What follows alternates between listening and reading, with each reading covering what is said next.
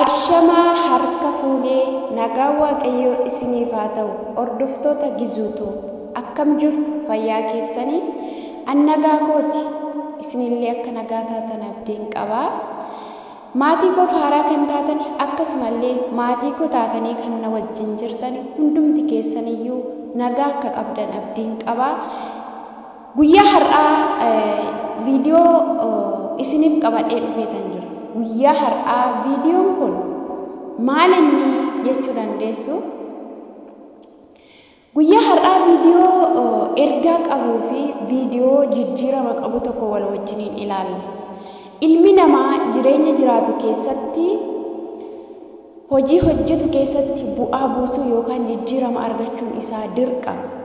Maaliif? Namni kamuu beekaa ta'ee miti kan dhalate guyyaa dhaloota isaa.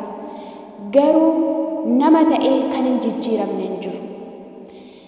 Egaa ilmaan Oromoo ta'anii hojjettoota yuutuubarii kan ta'an hunda isaaniif yaada isaaf ilaalcha isaan qabanii, deemsa isaan qabanii guyyaa har'aa wal wajjiniin ilaalla. Innis maali yoo jettani, keessattuu ijoollee keenya ilmaan Oromoo waggaa tokko as yuutuubii hojjechaa turanii erga hojjetanii boodammoo ji'a muraasa as hojii isaan hojjetanii bu'aa qabamoo jijjiirama qabamoo bakkuma duraa jira isa jedhamu wal wajjin ilaalla. Guyyaa har'aa maal dubbachuu barbaadde yoo jettan, guyyaa har'aa jechuudha ijoollee keenya waliin yuutuubii hojjechaa turre gidduu jijjiiramni jiramoo duubatti fufsa jiramoo walii galtee jiramoo yaada walii fudhachuu jiramoo wal tuffachuu jira isa jedhamu wal wajjiniin ilaalla. Kana keessaa qabxii lama duwwaan isinii dubbadha. Innis hirmaannaa uummanni keenya wal wajjin deemaa jiruu fi hirmaannaa jijjiirama komentii barreessuuti. Egaa yeroo baay'ee jalqaba yeroo gara miidiyaa kanaa dhufne hundi keenya gadi fageenyaan wanta hubanne tokko hin qabnu. Garuu amma keessattuu ji'a muraasa as ilmaan Oromoo yuutuubaroota hojjetan keessattuu ijoollee biyya ambaa jiran jijjiirama guddaa akka isaan hojjechaa jiranii fi akka isaan mul'isaa jiran baay'ee irraa argina. Haa ta'u malee immoo akkuma hir'inni jirus bu'aa buusuun jira.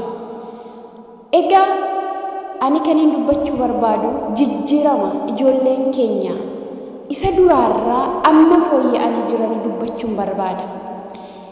Egaa yeroo duraa gara miidiyaa kanaa dhufnee baay'inaan wal jala taa'uudhaan, baay'inaan teenyee walii ilaaluudhaan yaada qabnu irratti wal jajjabeessuu irratti hir'ina guddaa qabna. Amma garuu isa duraarraa xiqqoo fooyyonee jirra.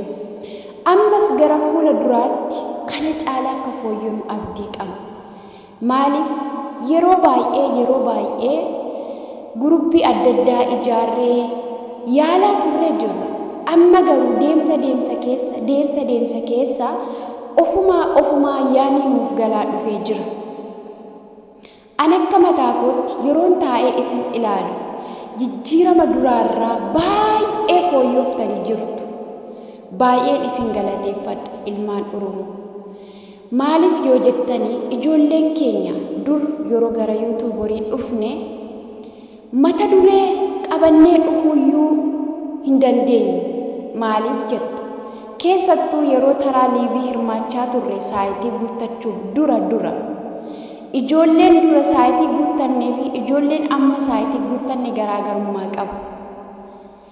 Dura mata duree nuti qabannee dhufnu koottaa jirtu nagaa ooltanii ashamaa harka fuunee kan jedhutti caala ture.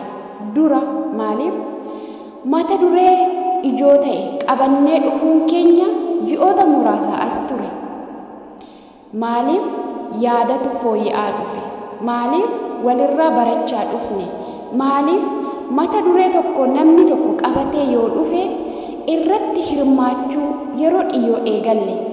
Kuni jijjiirama. Dura yeroo saayitii guuttannee mata duree gabaabduu qabannee dhufna turre. garuu kan nuti haasonee yaada wal jijjiirree baanu tapha adda addaati. Mata duree sanallee ilaallatu. Amma garuu namni tokko mata duree qabxii hanga tokko, qabxii hanga lama, qabxii hanga sadii mata duree ijoo ta'e baay'een isaanii qabatanii dhiyaatu. Mata duree kanarratti immoo baay'een isaanii yaada taraa waliif laatanii sammuu isaanii keessaa yaada wal jijjiiraa wal dhaggeeffachaa mata duree sanarratti qabxii godhatanii hirmaachaa jiru baay'een isaanii. Kuni anaaf jijjiirama tokko. Maaliif jijjiiramuu jechuun mataa ofii qofaaf miti. Gara fuula duraatti namni tokko gara YouTube yeroo dhufullee mata duree addaa ta'e qabatee dhufuudhaaf fakkeenya ta'aafi.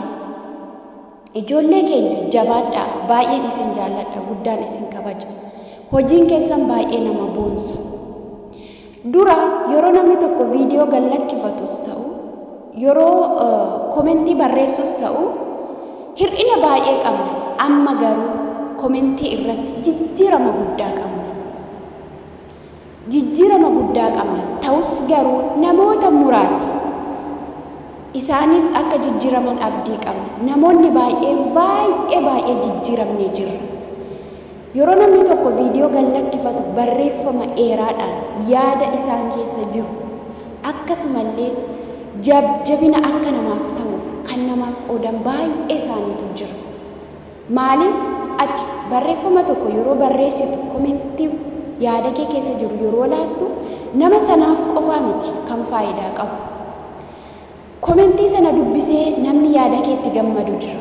Komentii sana dubbisee namni mucaan kuni mucaan suni, intalli kun intaloon suni, gurbaan suni, ijoolleen suni yaada bareedaa namaaf kaa'u chaanaala kee jala seenanii maatii sii ta'uu danda'u.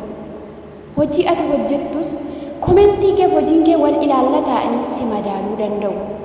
Komentiin kee miidiyaarra jira waan ta'eef gaafa ati barreeffama dheeraa tokko barreessitu nama viidiyoo sana qofaaf miti, nama baay'eef bu'aa buusa. Haa ta'u malee komentiin bu'aa guddaa qaba. Innis haala lakkaawwii viidiyoo sanaafis ta'u baay'ee faayidaa guddaa qaba. Asirratti dhaamsa ani qabu. Hamma dandeenye tokko dhaloonni jabaadhu laayik jettanii komentii qofaa kana barreessitanii baatanii rakkoon qabu. Daqiiqaa tokkos ta'u daqiiqaa lamas ta'u akkuma dhaggeeffattee toora 2 yookaan 3 barreessuu yaadi. Maaliif? Komentiin faayidaa qaba. Yoo haalli viidiyoo sanaa sii galuu baatee haalli viidiyoo sanaa dhaggeeffachuun haala amantii keetiinis ta'u haala biraatiin sitti toluu dide jabaadhu, nagaa jirtaa, yaadni kee humti kee jedhitu barreeffama dheeraa tokko ijoo kan taatu hammuma dhageesse daqiiqaa sana keessa ijoo kan taatu dubbadhu. Maaliif? Komentiin kee sun sarara 2-3 yoo ta'e faayidaa qaba inni mataan isaa. Egaa hordoftoota ko yaada koo kanarraa waa hubattoo hin abdii qaba. Ammas jijjiiramni, jaalalli, tokkummaan keenya itti hafuuf. Dura namni tokko gaafa viidiyoo tokko gallakkifatuuf gaafa liivii tokko seenu namni muraasni tokko kan daqiiqaa muraasa nama jala turu ture. Amma garuu haalumaan walii galee uummanni keenya isa duraarra faayidaa yuutuubiis baree wal jajjabeessaa jira. Kanuma caalaa jajjabinni keenya itti hafuuf, kanuma caalaa jaalalli keenya itti hafuuf. Taananii dhugaa ani ijoollee kana qal'aaliin ajaa'ibsiifadhu. Yeroo hundumaayyuu obboleewwan keenya biyya alaa keessa jiran, gola madaamii keessa jiran baay'een isaan dinqisiifadha. Ijoollee fayyaa nagaa argadhaan waan fakkaatan jiru bakka yaaddaan ga'e waaqayyoon isin wajjiniin haa ta'u jecha biraa hin qabu. Kan rabbiin jaalan jiru waan ta'eef akka amantaa keessanitti waaqayyoon iddoo gaarii isiniif haa qopheessu. Dhugaa dubbachuuf taanaan gaarummaan keessan akkatti das nama jedhu, tokkummaan keessan akkatti das nama jedhu. Yuutuubii kanarratti jaalala malee wal uffachuu, walifachuun hin jiru. Baay'ee namatti tolu. Uffadhaatiin hin jechuu barbaada. Dhugaa dubbachuuf taanaan Yokkana bari'uuf abdii of keessaa qabne boobsa nama nyaatu. birmatamne gabachuun jireenya namarraa fagaatu.